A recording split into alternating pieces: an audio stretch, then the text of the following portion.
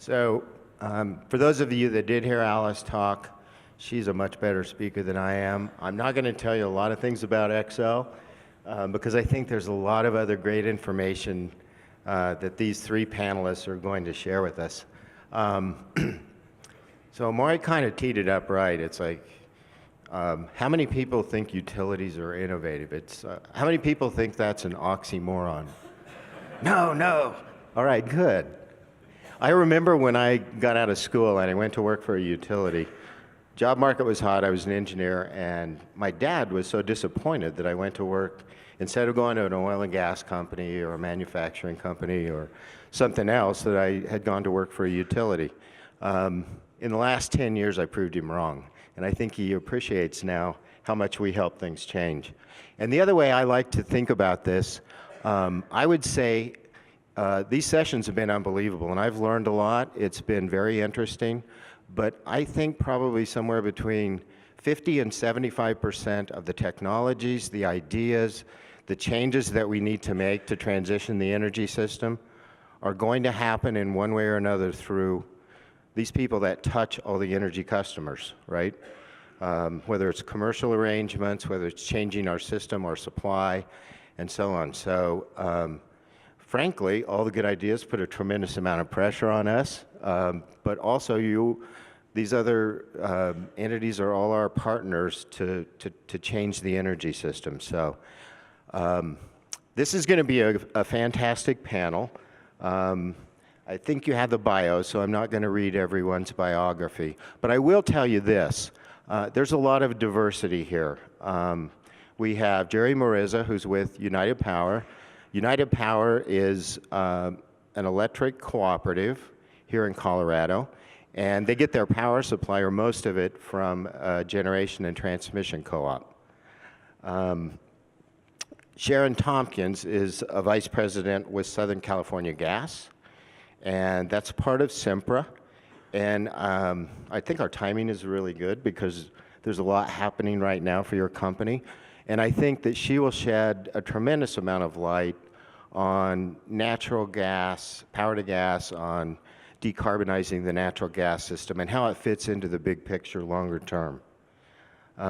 Last but certainly not least is the COO of Platte River Power, another G&T that serves 4 of our important cities here in Colorado. So Andy Butcher is the Chief Operating Officer of Platte River. So I think the way I'd like to start this, because we all know we're innovative, but we know how important it is in our companies. Maybe each of you could take a few minutes and talk about the role of innovation in the vision and the strategy, the key strategies for your companies. Sound good? You like to start, Jerry? Yeah, that works. First, I just want to make a comment. If you don't know what an electric co-op is, and it's somewhat important to this innovation discussion today, is we are member-owned, and our regulatory body is our board of directors. We're not regulated by the PUC. So we're very community-oriented. We listen to our members, and if it's a good idea and I can sell it to the board, we do it. It's pretty much that simple. So that really helps us to be innovative. And I worked at Excel with David for a period of time, and just a note, and I say this in front of other people, but United Power is big enough to do something, but they're small enough to do something too. And to me, that's the sweet spot for innovation. But talking about, and I've got a lot of different examples, but one of them was back in 2011, 2012, we started to do generation projects. Now remember, we're a distribution company. We buy our power from a wholesaler, Tri-State, and we deliver it to our members. But we started to do some generation projects, and we did a 3-megawatt landfill project and a 2-megawatt solar field. Now these were connected at the distribution level, which is really, really simple to do. But back in those times, I couldn't get people to return my phone call to build a 2-megawatt solar. They either wanted to do residential or they wanted to do a transmission 30-megawatt deal. Nobody wanted to do a 2-megawatt. Well, we did it. We found that we could very easily assimilate those kinds of 2 and 3 megawatts onto the system. And it gave us the courage to do bigger projects. And the next one that came along around 2015 was a 13 megawatt project. Now, the other issue we have is we're a distribution company. I cannot feed any of this power back to the transmission system. So I have to size these solars on location and what the minimum load is at any time during the year. That usually happens in the springtime when there's lots of sunshine, no heating, no cooling, no nothing. So the solar developer came to me and I said, okay, you can do an 8 megawatts right here. He says, well, we bought land for 13 megawatts. I said, well, we can't do that. But we worked with them, and using these inverter technology, we actually developed a load-following solar field where if my load ever goes below that 13 megawatts, their system will throttle back to always maintain about a megawatt buffer between our load and their generation. And what that did for me was instead of putting an 8 megawatt solar field out there, I was able to put a 13 megawatter with that load following. So right there, we were able to increase the size of our solar. And today we've done 2 other projects. We've even got a 16 megawatter, and United Power is ranked in the top 5 nationwide for co-ops for connected solar, and it was because of some of that innovation. Thank you. Sharon? I'm going to start by just having you imagine 2 things. So first, imagine cooking on a gas stove using the energy that came from the farm, the waste from the farm where your food was produced. I also want you to think about the solar energy or the wind energy being generated on a hot summer day, and you being able to heat your home with that same energy in the winter. Now, you're going, okay, so what are those technologies? Some of you may know what those technologies are, and some of you may not know what those technologies are, but there are 2 technologies that we at SoCalGas are very committed to advancing in California, in the United States, and worldwide, and actually they are being advanced, particularly worldwide in Europe and other industrial countries. They are renewable natural gas, which creates energy out of our waste streams. So it takes sewer waste, it takes kitchen waste, it takes what we call green waste in California, our yard waste, and it takes agricultural waste, and it produces natural gas from those waste streams. The other one is power to gas, and this technology stores renewable wind and solar long-term using the existing pipeline infrastructure. And it does it simply by splitting a small amount of water into hydrogen and oxygen. That hydrogen, up to a certain percentage, can be injected into the pipeline system without having any end use or system problems, and help decarbonize the pipelines because hydrogen is not a greenhouse gas. Or you can take excess CO2 that is being emitted in the environment, and you can capture that, and you can actually create methane, which is natural gas, by combining the hydrogen and the excess CO2 and injecting it into your system. And this is 2 technologies that we think will help to reduce carbon emissions throughout the industrialized world in particular, and in California, and 2 technologies that we think are really a part of the solution. And at SoCalGas, we have committed to having 20% renewable natural gas in our system by 2030 and 5% by 2020. So it's a commitment we've made to those technologies. We are a unique LDC. We are the largest LDC in the United States, 5th largest, I think, in the world. Have about 21 million customers. We sit in a state who's decided that it's going to be carbon neutral by 2045. And the real challenge is how do you go about getting there? And these 2 technologies we think will help us get there. And I'll make a plug for our white paper, which we just launched today, and can be found on our website, that looks at how we might go about doing that. And there are some that think that it's just about adding more wind and solar energy and more batteries, and that will solve the problem. But that's a simple sounding solution, and it sure does get a lot of sound bites here in California. But simple solutions are seldom the right solutions, and we have a really wicked problem. And I just learned that term. Wicked problem means it's a really difficult problem. And it's going to take more than just simple solutions to deal with a wicked problem. And instead, we really have to all get on board, use all technologies to really, and allow for continued innovation.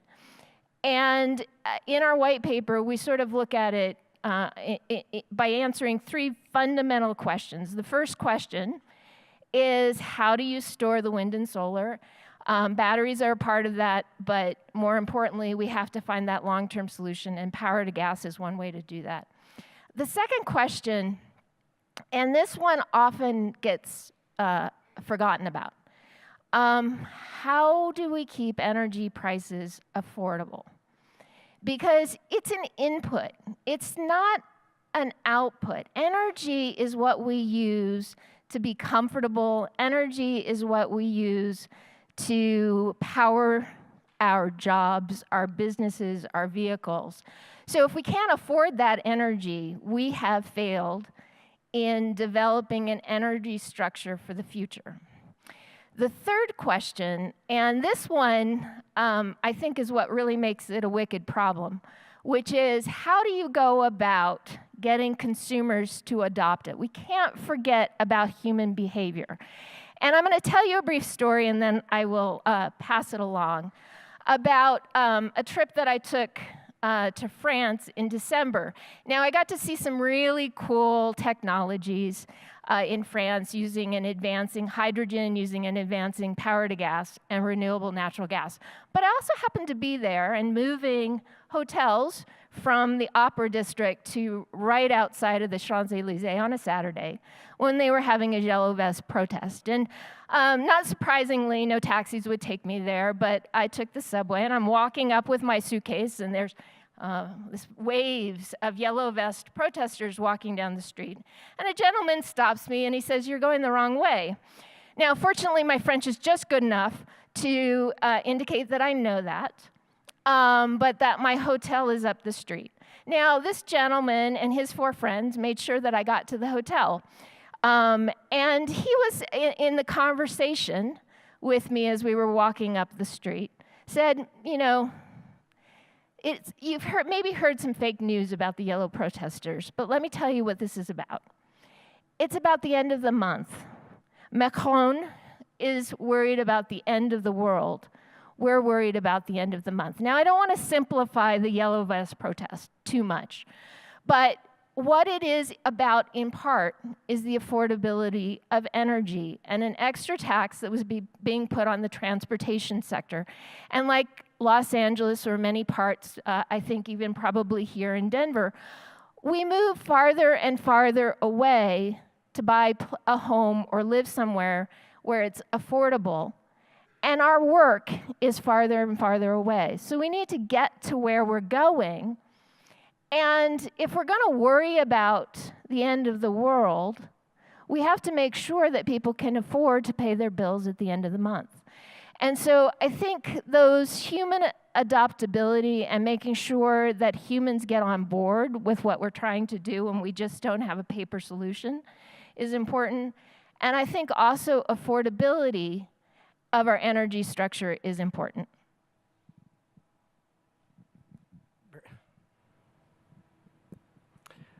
So a little bit about Platte River to start with. I know we're here talking about innovation, and I'll kind of get to that soon, but Platte River was founded in the 70s, and a little unknown fact, at that time, Platte River was 100% carbon-free.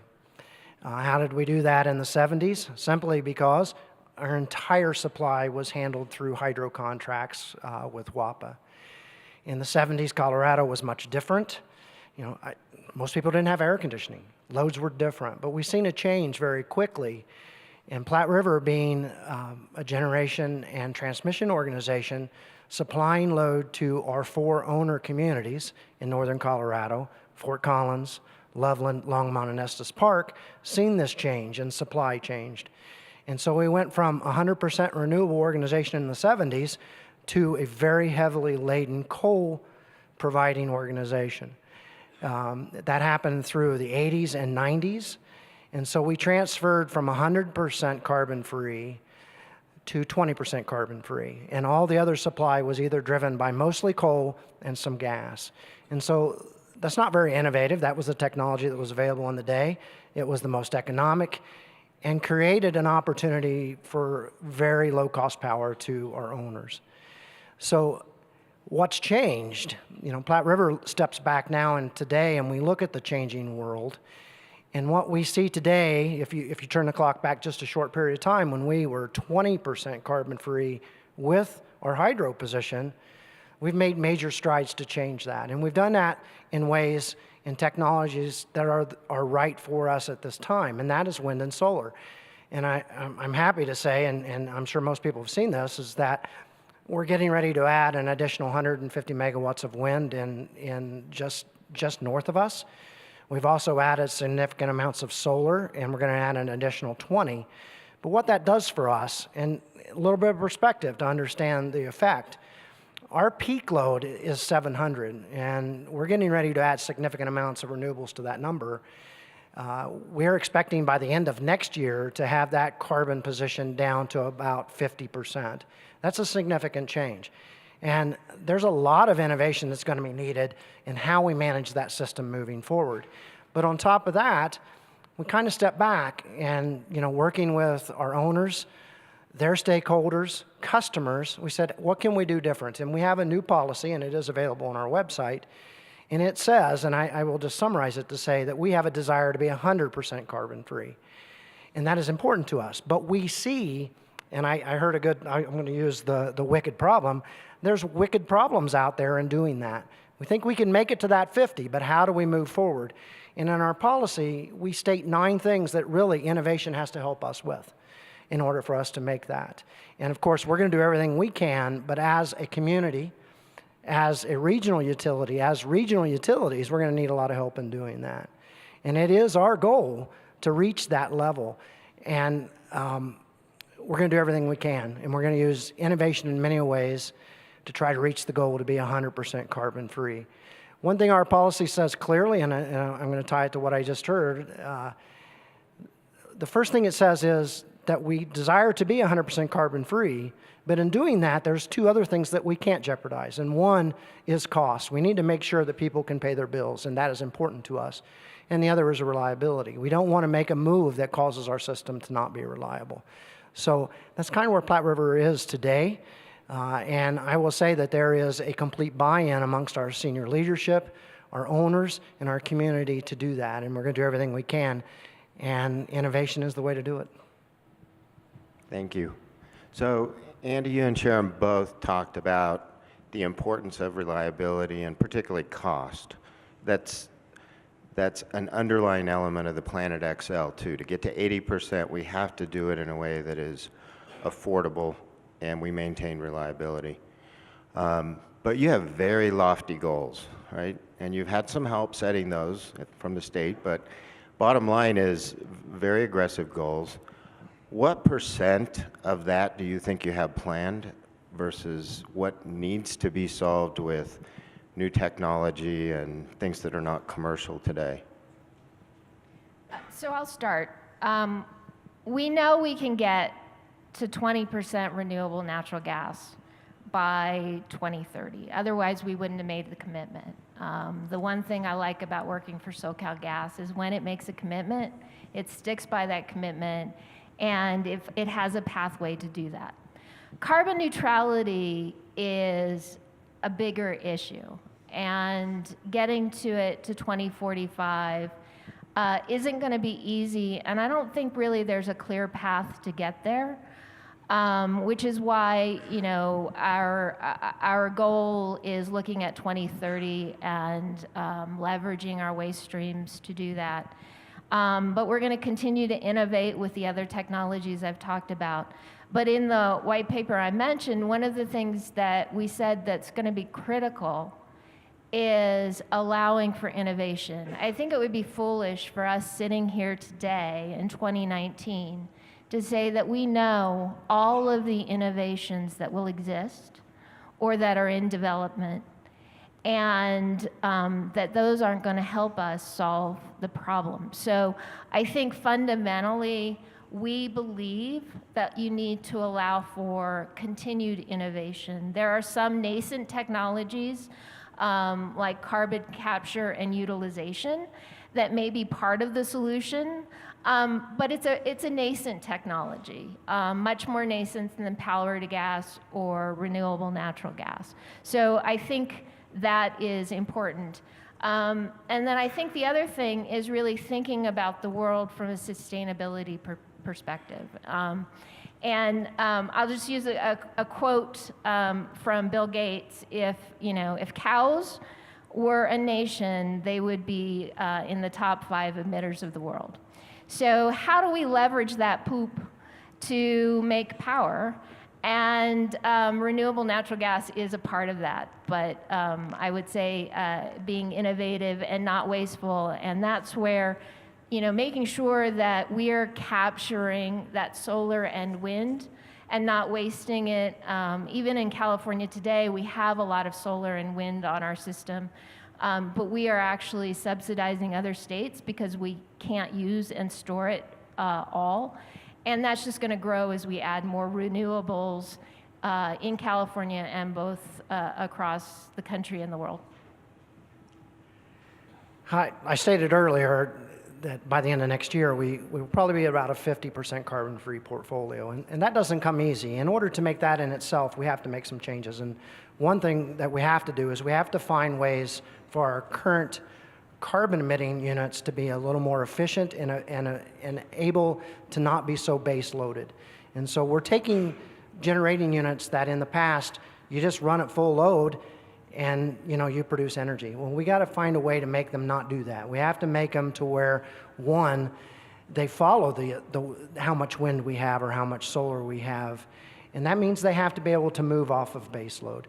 And that's critical. And we're working on that. A lot of studies this spring to find a way to make our major coal-producing unit, which is the Rawhide Unit 1, can it become less of a base-loaded unit? That is critical in order just for us to make that 50%.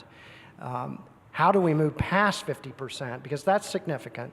And I'll give you an example. We're adding 150 megawatts of wind. And that does stress our system. But in the contract that we currently have, we have an option to add an additional 75 megawatts of wind. And we would really like to do that at this time based upon the cost and how it fits in our system. But it creates a problem for us.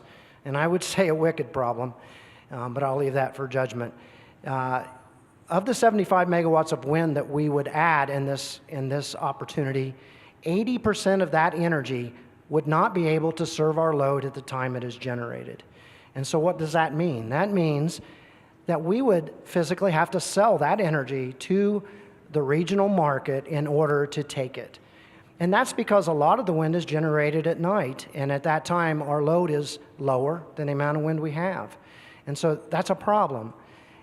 We could take that energy to the regional market, but with that creates a lot of risk.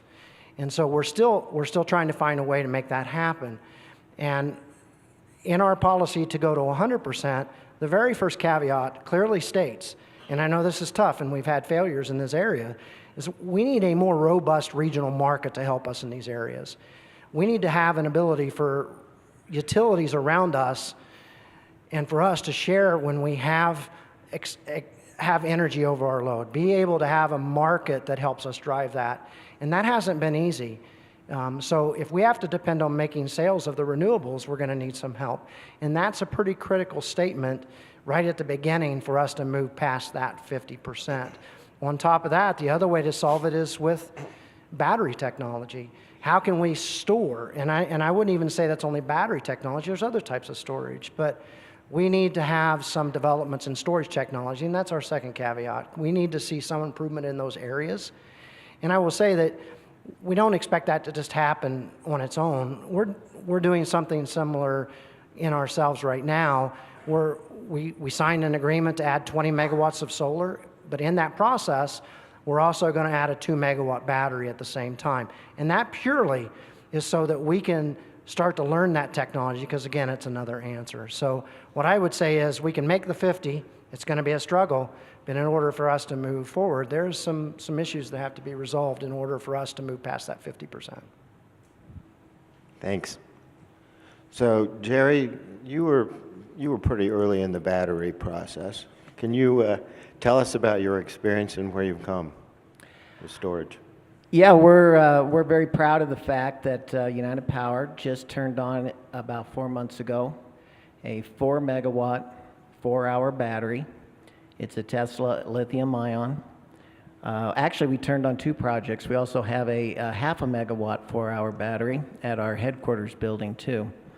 And we did this because the business case for it is peak shaving. We felt that looking at our peaks each and every month, that we could, in a 4-hour window, capture those peaks. We would operate the battery maybe 3 or 4 or 5 times per month, because not every day is a peak day. And actually, that's kind of the sweet spot for a battery. You need to exercise batteries, but if you use them every day, multiple times per day, you kind of wear them out a little bit too. So actually, this was the perfect business case for utilizing this battery.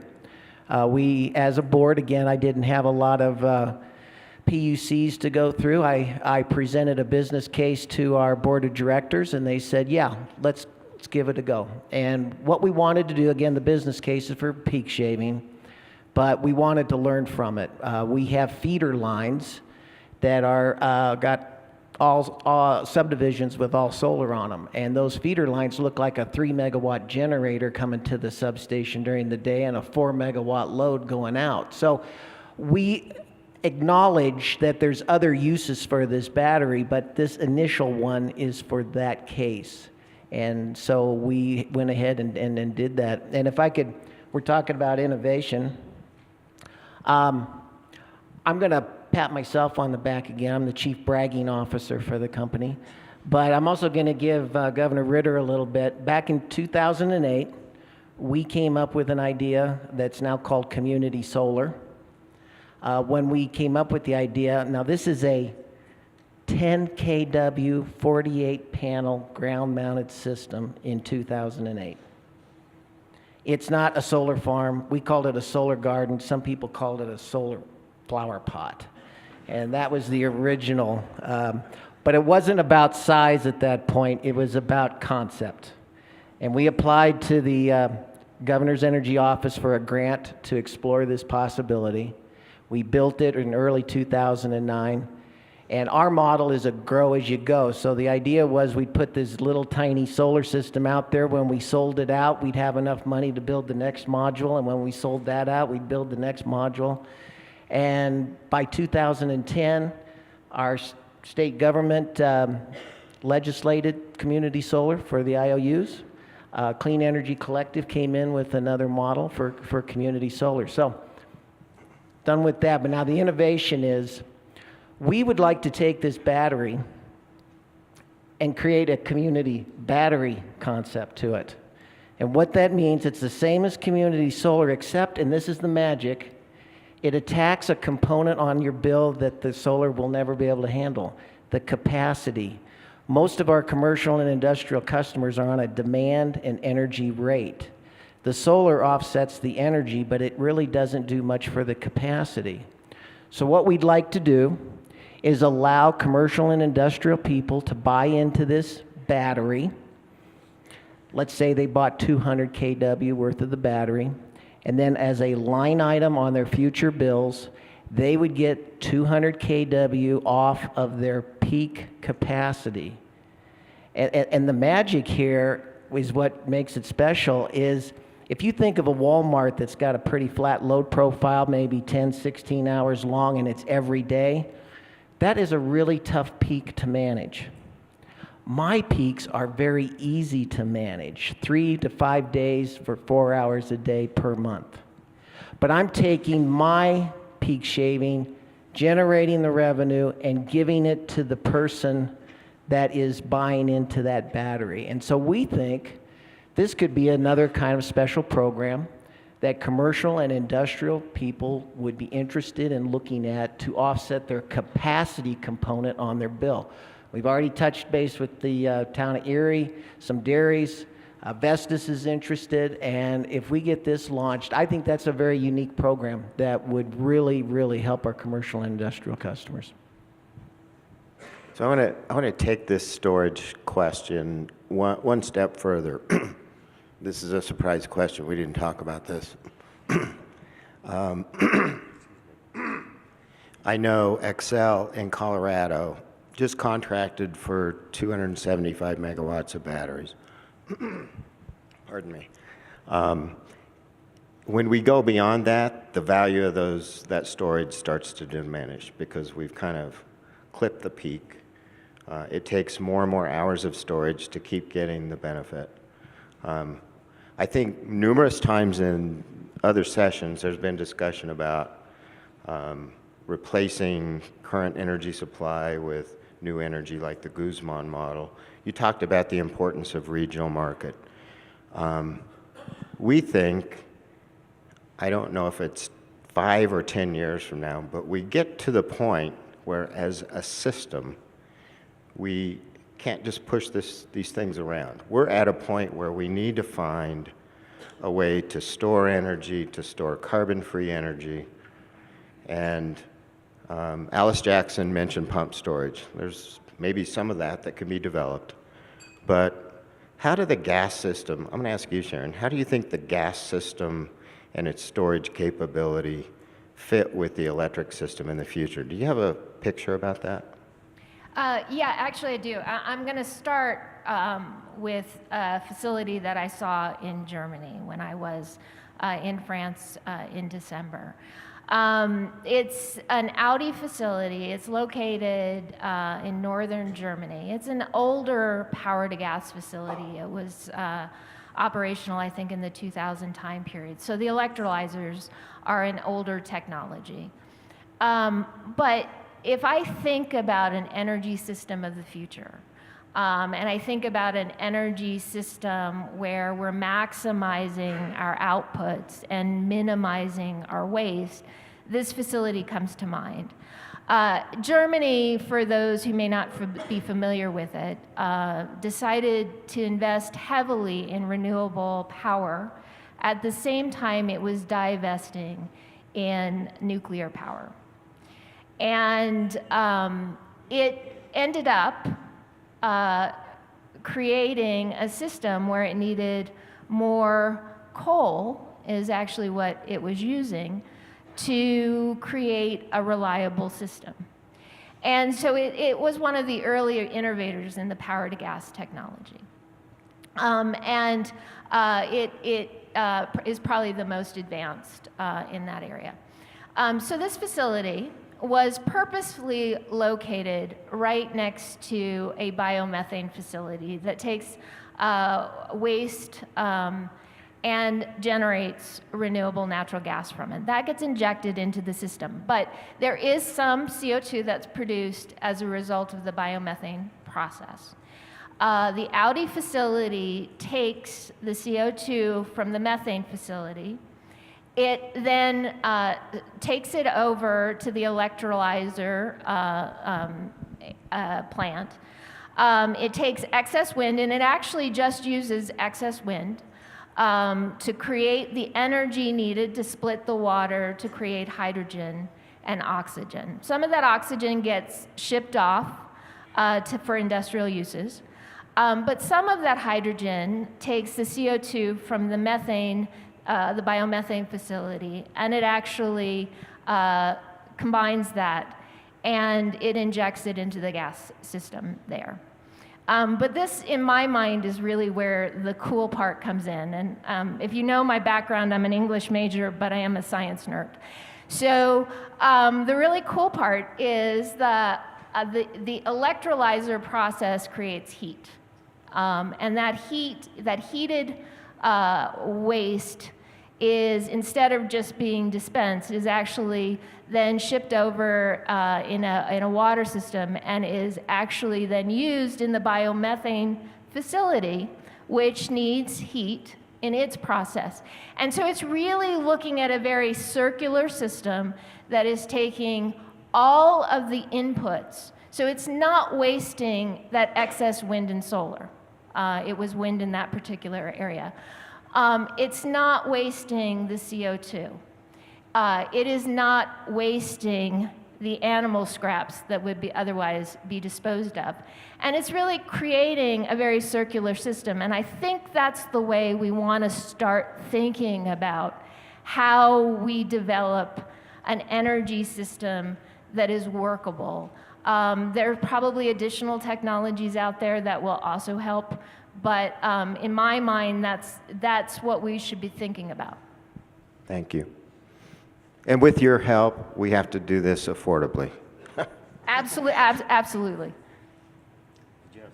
I just like to quickly add to the storage question. I'll try to do it quickly.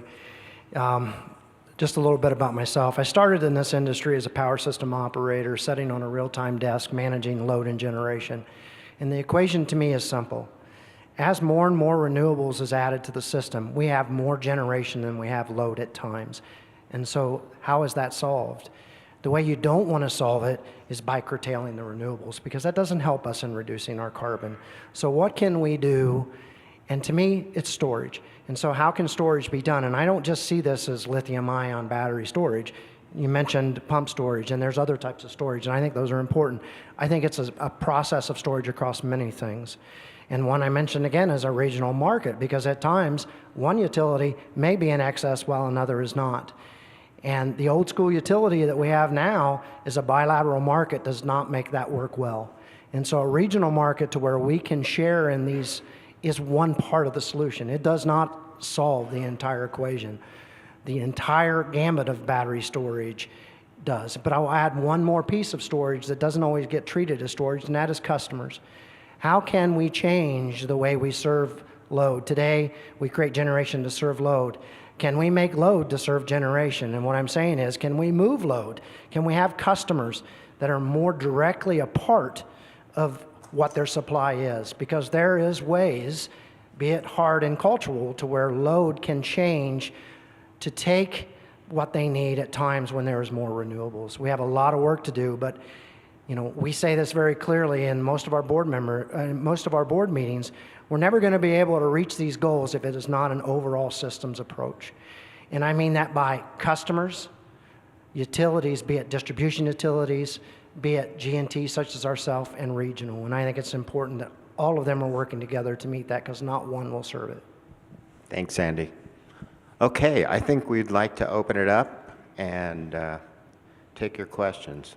While we're soliciting questions, Commissioner Concilia, I was going to comment earlier. I don't find that the state regulatory process slows us down at all. I think it works just fine. But I think we'll get a mic for you. Can we get a mic down here? There's a guy back there that's got Oh, okay.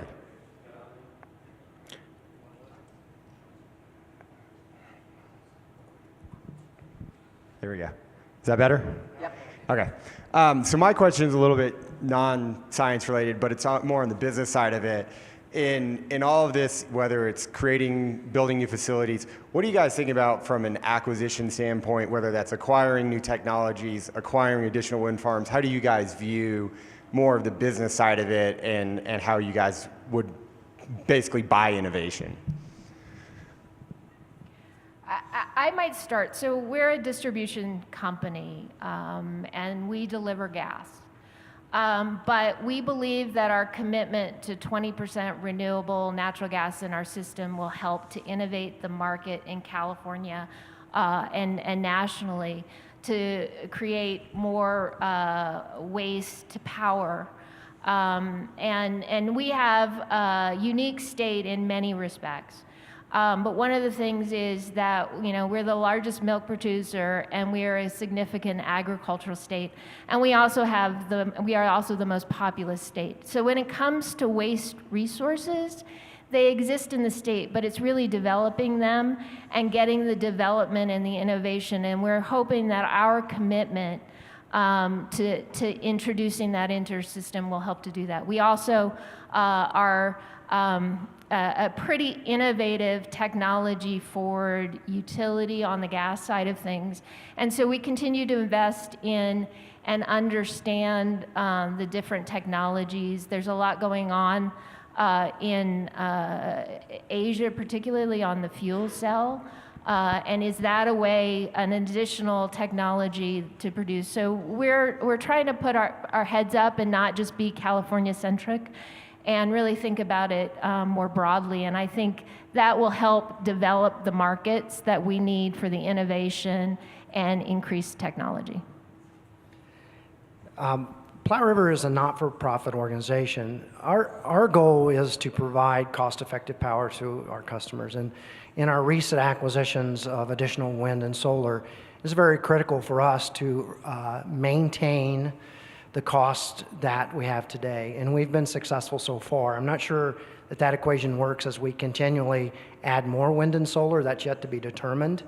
But generally, we look at it as a business decision for our customer to ensure that is a cost-effective supply to them at all times.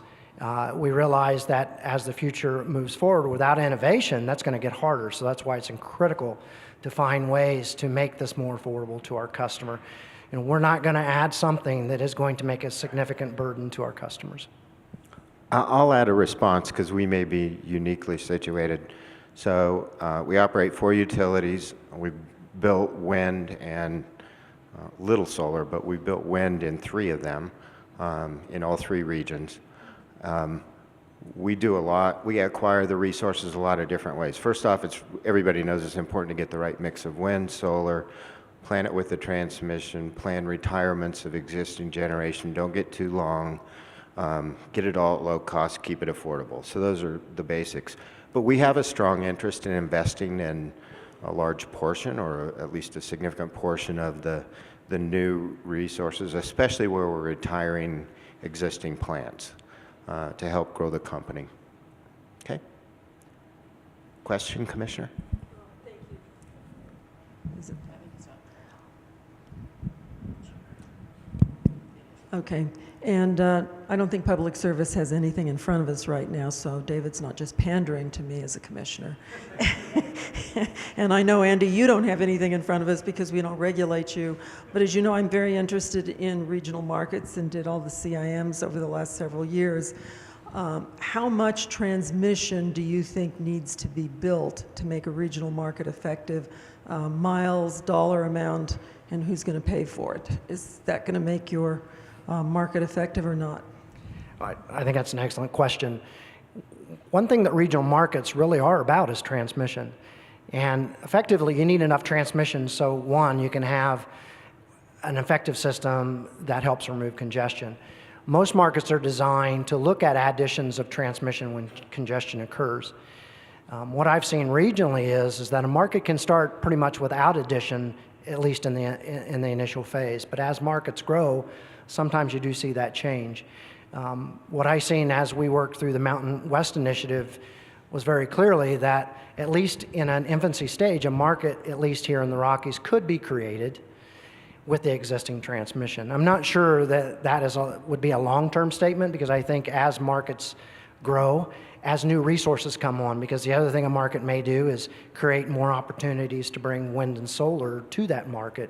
And in that case, more transmission may be required. So I think historically, if you look at energy markets and transmission organizations, there is future transmission built. The value I see is today when we build transmission, it's one utility doing it, and we do it for our needs. I think one thing that a regional organization might do is, instead of us building 2 lines that run next to each other, they might make one line that makes more sense. And there's a study process to do that in these markets. And so I think, yes, there would be new transmission that would be needed in the future if there was a market, but I think it would be done efficiently. So that's kind of my opinion.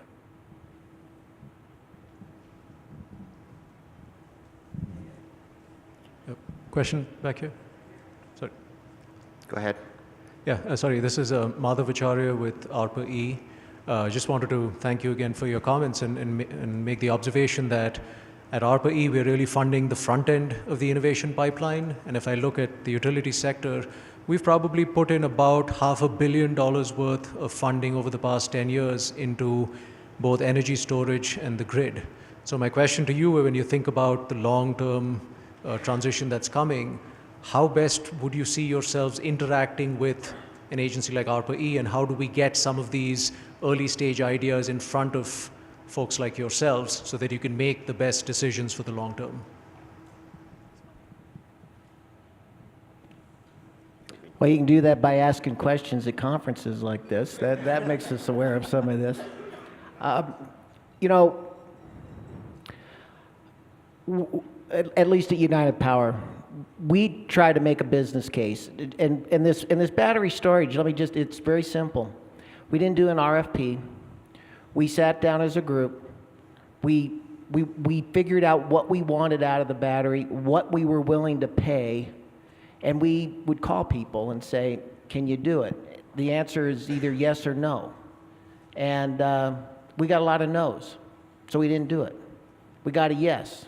We did do it. So at least if you're approaching me or United Power, we do listen, but we don't do everything. It has to make some sense to us at some point. But we will do it if it makes sense. It's pretty simple for us.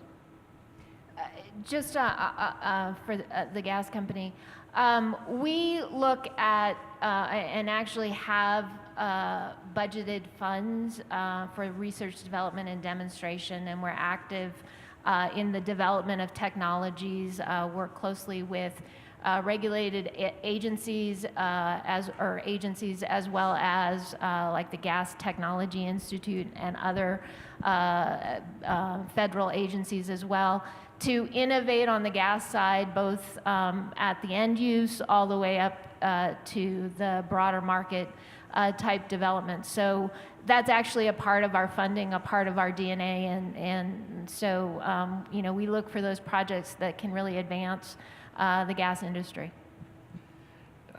It may be hard for me to live with what I'm going to say, but I think you got to really just bug the crap out of us, because as utility folks, we sometimes appear not to be listening. But I mean, how do you interact your new technology with us? Generally, the old model is we put out an RFP and you submit to an RFP. Those are kind of rare, and so I agree. We're in this kind of setting. You gotta look me up and say, hey, here's my ideas, because that's what forms sometimes our RFPs too, by the way. Because there's not all the technology that's going on we may not be aware of, and so I think try to get in touch with us outside of RFP processes, because they're just not effective on a timely basis. Help us form those RFPs in the way that reaches out to your technology, because sometimes in our process, our RFPs are kind of binded by the way they are created, and we need to break that mold. So in this kind of conference, you see a lot of different people here, and one thing that I noticed when I looked at the agenda, and gosh, what a shame, I didn't hardly know anybody here. And so, you know, I'm a power supply guy. It's an opportunity to look me up and give me your ideas, and I will listen and do my best. It may not appear that way, but I think most power supply people will listen to those ideas. I think, Andy, I'm not sure if you were encouraging them to bug all of us or just you. So I would add one other thing on storage. I know at Xcel we've done multiple storage, and our commission in Colorado has an innovative clean technology process that we go through. So we've done a microgrid. What we're trying to do there is demonstrate, it's at Panasonic by the airport, trying to demonstrate that we can capture 3 or 4 different value streams, or maybe 5, use it for voltage conditioning, use it for peak shaving, contingency response, save enough storage to be resilience for the local facility. So there is a lot of work happening to try to understand this, and if you put yourself in our shoes, any of our shoes, finding a way to make this most economically palatable and fit, that's part of what we work through. At the same time, we took the simple RFP approach in the Colorado Energy Plan and ended up with a ton of storage with almost 300 megawatts of 4-hour storage, which, you know, feels like a very big step for us to take, but we feel good about moving forward with it. So a lot more golf to play.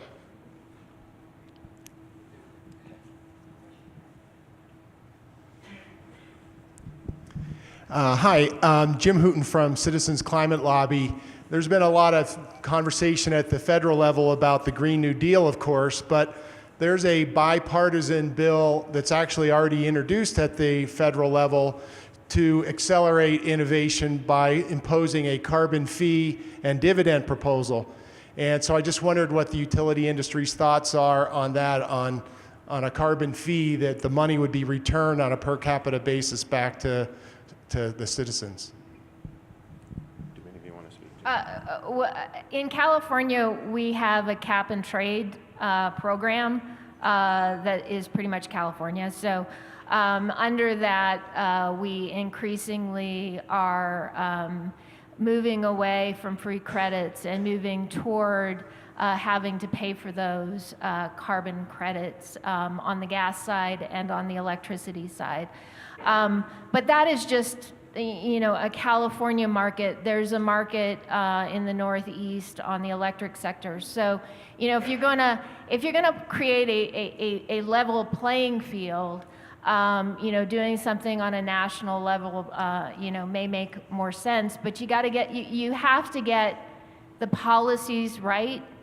You have to get the costs right, because what we don't want to do is, you know, create perverse incentives to minimize the innovation and the development, or to create such an unaffordable system that we lose nationally from, you know, the benefits that we have from being a world leader. And so those were the things that I think we need to think about and make sure that we get it right. It's hard to see. Are there any other questions? I guess there's a few.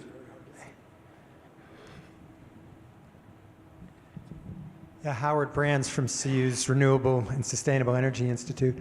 I really admire the creativity in that storage cooperative you described.